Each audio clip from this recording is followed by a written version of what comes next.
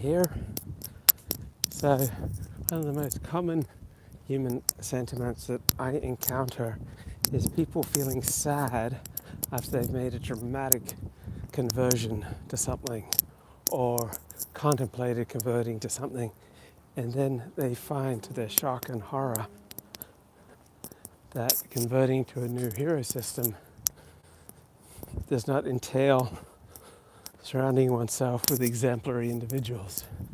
So no matter where you go, people are approximately equally flawed. So I grew up a Seventh-day Adventist, and a lot of people converted to Seventh-day Adventism, and they were shocked to find out the people in Seventh-day Adventism were just about as flawed as the people wherever they came from. Now, Seventh-day Adventism is a high-intensity religion. It's like Orthodox Judaism, high-intensity religion, so there is a sort there, but it's not for overall moral excellence, right? It's for intensity of religious commitment. But no matter what religion you convert to, the moral level of the people, is about equal to their average level of IQ. So yeah, if you can move to a higher IQ religion, generally speaking, you'll be surrounded by better types of people.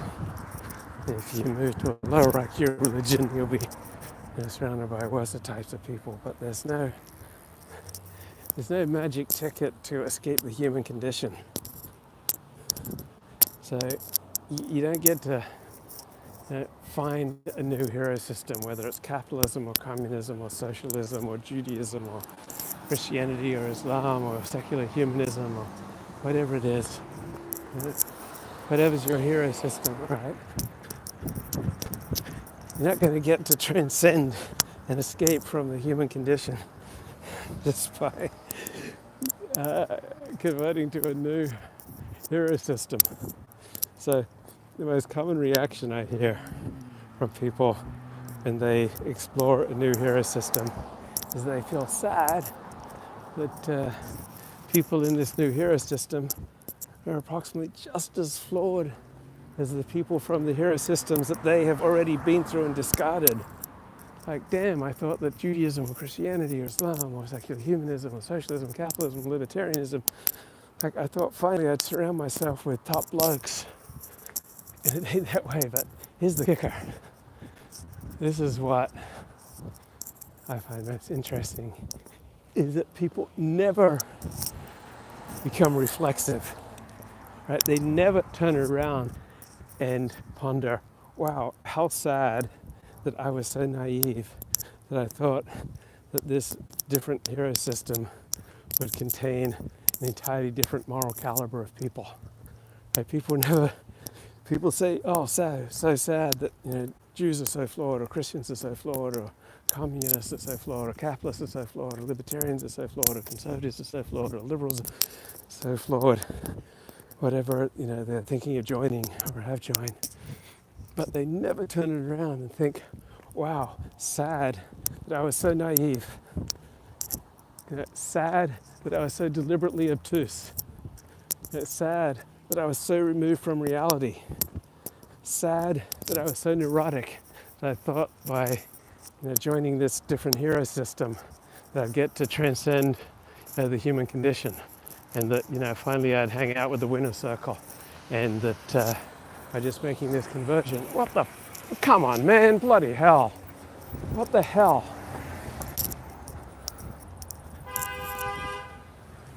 A-hole. So pedestrians have the right of way in California. I don't insist on it, but I don't mind letting people know when they're violating my right of way, that they're obnoxious turning right in front of me. Come on, mate, I got the right of way here. A little gesticulation, but no profanity and nothing too out of control. I don't want to get triggered and lose my serenity and start acting out and going crazy and relapsing and engaging in all my old emotional addictions just because someone cut me off on the road, fair dinkum. That's no way for a good Aussie bloke to behave, particularly in the balmy aftermath of quite a magnificent World Cup of cricket victory by Australia on Sunday, smashing India. Just a sterling triumph driven by the fantastic batting of Travis Head, the captaincy of Pat Cummins, sophisticated wide bowling attack, great fielding. But anyway, so people never turn around and go, sad that I was so naive that I expected people in a different hero system to be transcendent of the human condition. Right? Sad that I'm seeking to escape myself through conversion to a different hero system, only to find out that now I'm back where I started in the morass of the flawed human condition, and that all the time and energy that I put into studying and participating and practicing and transcending different hero systems, that it hasn't brought me an automatic pass through the human condition.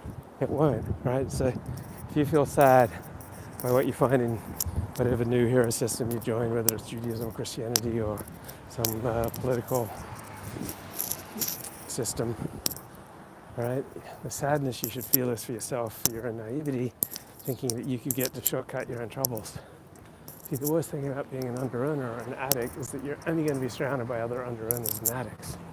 Right? The worst thing about being a debtor is that people who aren't debtors are not going to want to get close to you. The worst thing about being neurotic is that only neurotics are going to want to get close to you. And people who convert to a new religion, that generally speaking have high levels of neuroticism, and the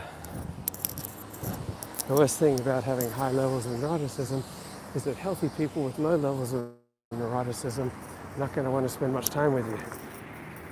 And so when you have a high level of neuroticism, you like feeling bad feelings intensely, and you kind of revel in them. And so your life is a lot of Sturm and Drang and needless, pointless drama. People who are healthy and don't want to be entangled in needless, pointless drama are not going to hang out with you. So your social life is going to be constrained essentially to people who are approximately as sick as you are. And there's no magic pass to maturity and wisdom and recovery and emotional sobriety. Right? There's no religion, there's no hero system. There's no system of thought or practice that you can join. What the fuck? Don't you love it when you're crossing the street and you hear a car like speeding up right in your direction?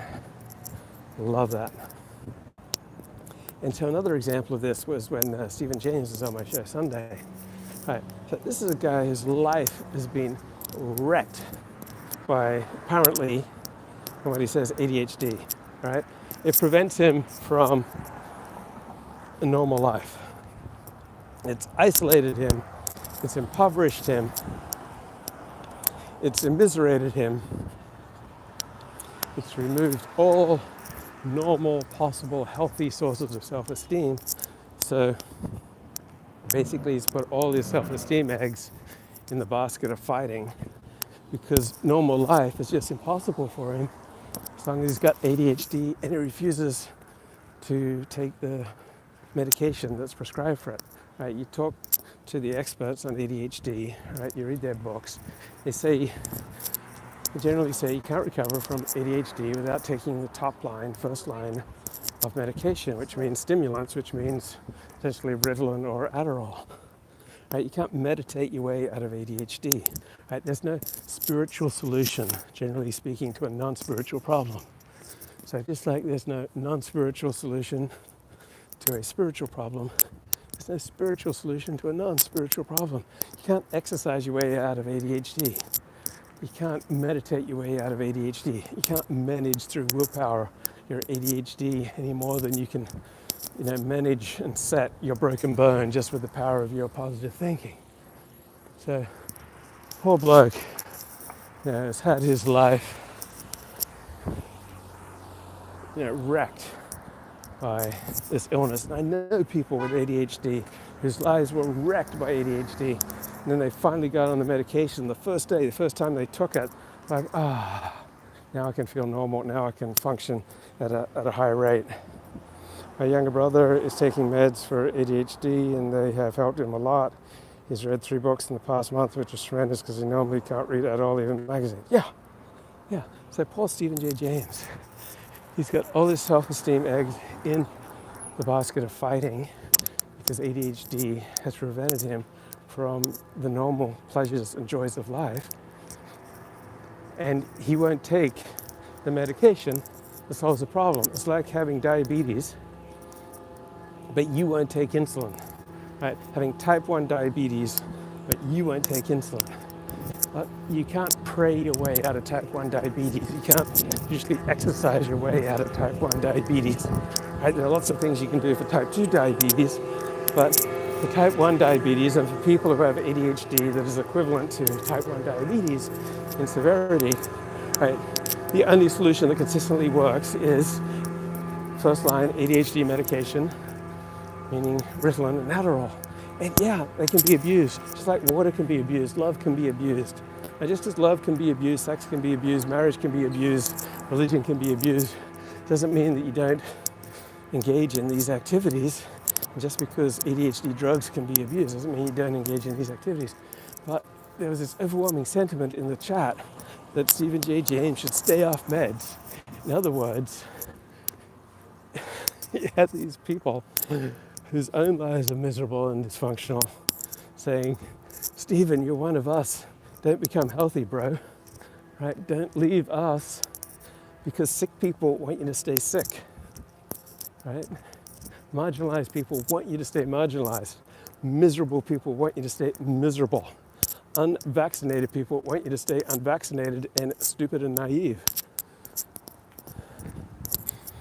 And people who enjoy the streams and the conflicts and the Sturm and Drang and the misery of Stephen J. James's life, as it's presented to them online, they don't want the guy to get healthy.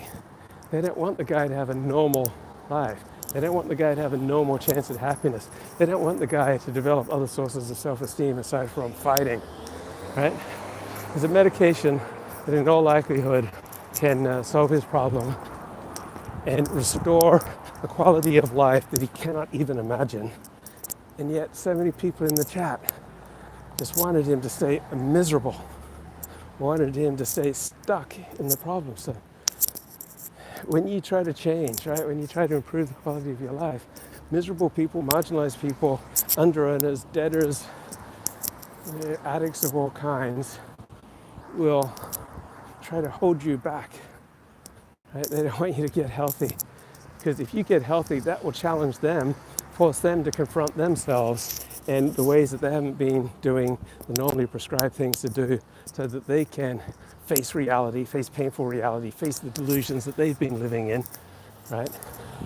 So Stephen J. James, in his current unmedicated condition, he can provide a lot of comfort to himself that, yeah, his life's miserable and failing in pretty much every level, but at least he sees through the BS.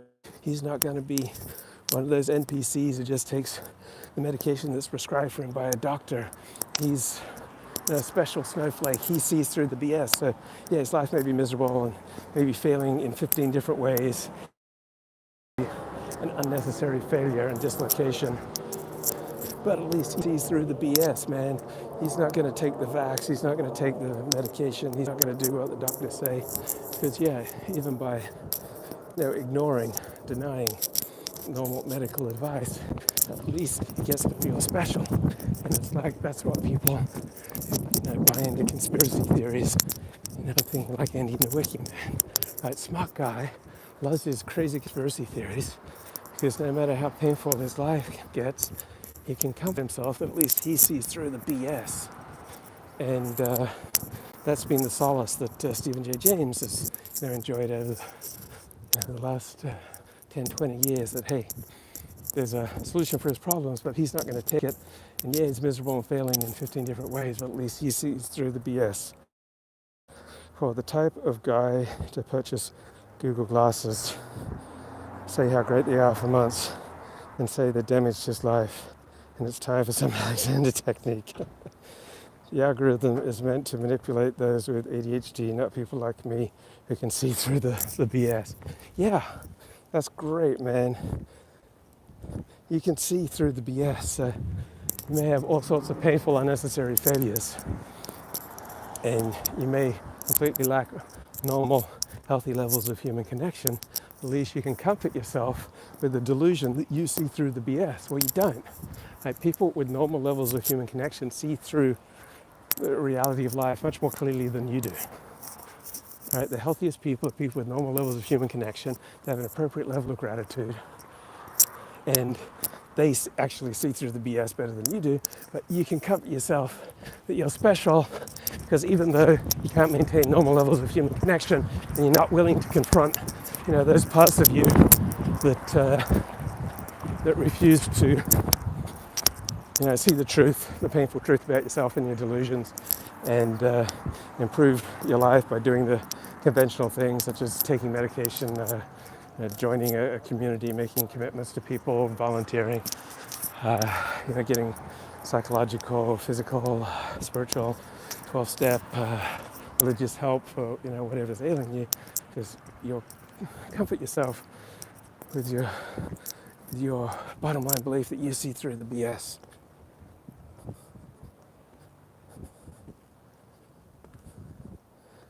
Are you the anti-SJJ? I don't know. I really enjoy Stephen J. James. Why? Because he's honest. Because there's a pretty good sense of reality, of his own limitations, and people with a pretty accurate sense of their own limitations are kind of a pleasure to be around. While people with massive delusions, not such a pleasure. But people want to hold you back, right? Your family doesn't want you to change. If you've been the wicked son all your life, the family will be upset if you start becoming the responsible one. Because it takes a lot of energy to appropriately categorize people. We don't like to shift our categorization of people, so it's an economizing device. We get a read on people, and then pretty much no matter what they say or do, we just stick with our original read, because it's upsetting to think that a friend might have all these dangerous flaws, and so we don't want to think about reassessing people. And so when they change and they kind of force us to reassess, we don't like it, because then when the people around us change, then it provides more and more incentives that we have to confront painful parts of ourselves and of reality that we've been denying. And we don't like that, so we'd rather drag people back down with us.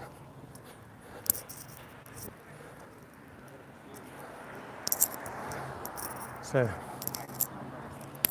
if you can't really accomplish anything without energy and enthusiasm, right? And if you have a bunch of losers in your life, under-earners, debtors, people with various emotional addictions who are not in recovery, they're just going to suck the life force out of you. They'll call you up crying on a regular basis. They'll articulate their suicidal ideation, right? They want to drag you into their drama. And one of the guiding principles that's really improved my life over the last 7 years is I tried to minimize, if not eliminate, any activity, interaction, mindset, practice, habit that takes away from my energy level. Now, I'm not a master of this.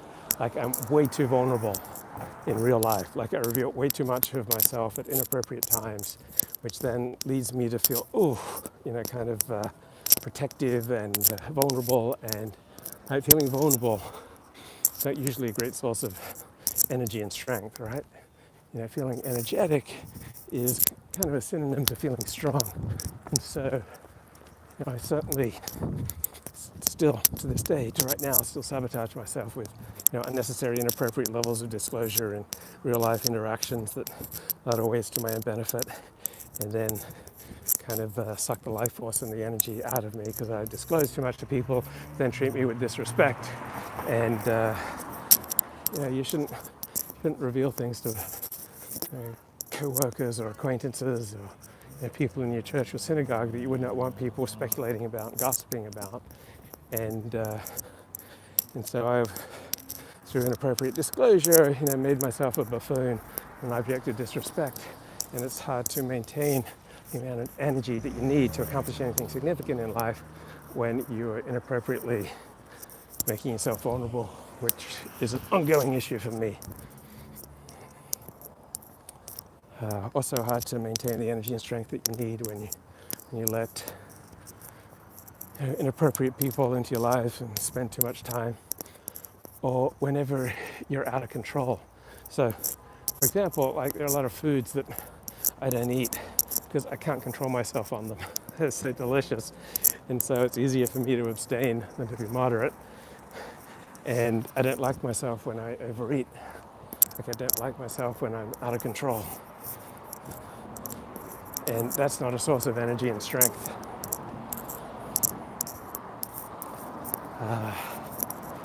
I have this, these narcissistic tendencies that are, just ready to jump out at any time, where I just, feel driven to demonstrate to people around me what a special snowflake I am and how unique I am.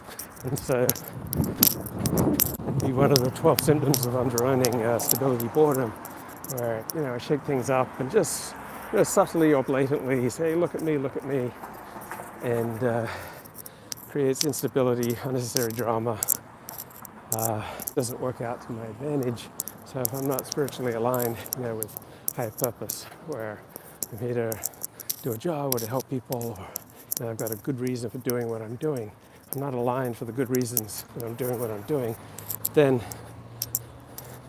I just kind of dissipate my strength and resources and abilities and talents, and then I don't like myself, and then I don't sleep as well, and then I lack the energy that I need. So many people consistently lack adequate sleep, and you mention it to them and go, oh yeah, I know what I need to do, I just need to go to bed an hour earlier. But they were saying the same thing 5-10 years previous, right? They got an ongoing problem, they can't deal with it until one comes to terms with how these seemingly maladaptive, self-defeating, self-destructive habits are feeding valuable parts of ourselves, protecting us in maladaptive ways, until we come to terms with how the habit of ingesting too much caffeine or staying up too late, or chasing drama and gossip, or bizarre attention-seeking behavior, that's meeting a need that's legitimate, has to be met, but through healthier means. So, I'd like to think that a good portion of my videos, or at least, are a healthier way for me to meet my need to feel special, to feel exceptional, to feel like I've got something to offer the world. I want to give. All right. So I like to think that at least a portion of these videos is a kind of a healthy need for me to meet this desire, so that if I can then meet that that need in me to feel special and to stand out, and if I can meet it through a healthy way, then I don't have to dissipate my strength and resources and talents in unhealthy ways that then drain me of energy and strength, and lower my self-esteem, social status, lower my level of recovery. Right. So one of the sex addiction programs, they talk about top-line behavior. Right. That's the behavior where you're the furthest away from your addictions. And then there's middle line behavior, where you're getting closer and flirting with your addictions. And then there's bottom line behavior, which is your addiction, the very stuff that you want to stay away from.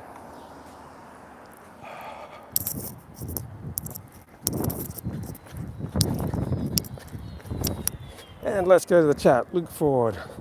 Ever listen to recorded sounds of nature? Yes, I love that. SJJ is high functioning. He only sees dysfunction because he holds himself to higher standards. He does not need drugs. You have no idea, bro. You have no expertise in this area. Neither do I, which doesn't stop me from holding forth with my opinions. But yeah, if a doctor done a proper diagnosis, and he does seem to have all the symptoms of ADHD, and I know how destructive that can be to someone's life, right? And he says his only source of self-esteem basically is fighting. That's not a healthy recipe for life.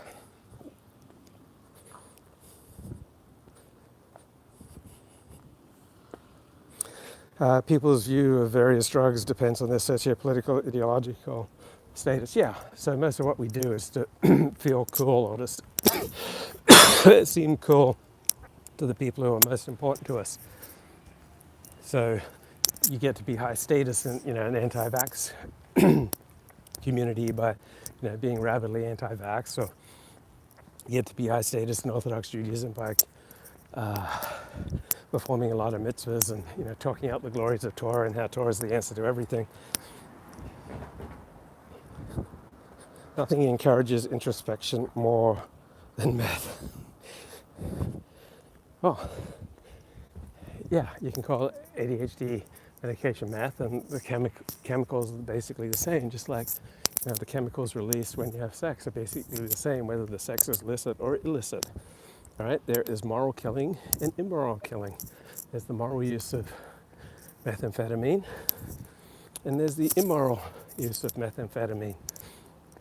There are moral expressions for sex, and there are immoral expressions of sex, such as rape and promiscuity that's damaging to people and spreading diseases. So just because something's an amphetamine does not ipso facto make it good or bad, or it depends on how you use it. Depends on the situation.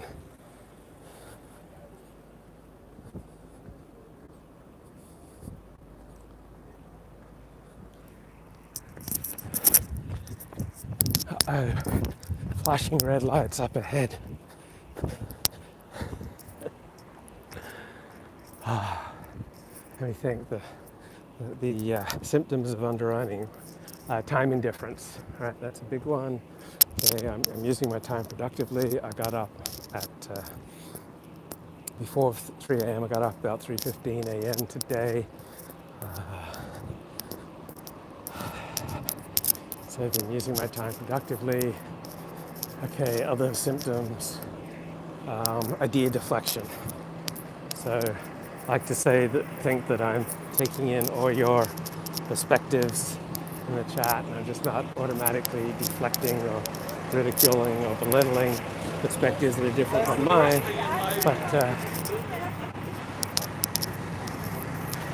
higher my anxiety, right, the more I have idea deflection going on. But the more at ease I am with myself, the better I can be. I smell fire.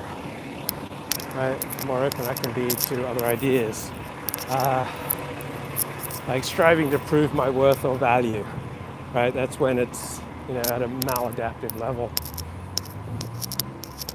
And I like to think that's fairly under control. I haven't been making many videos the last 10 days. I've been selective. I've been engaging in study and other practices, and just rushing out with pointless opinions.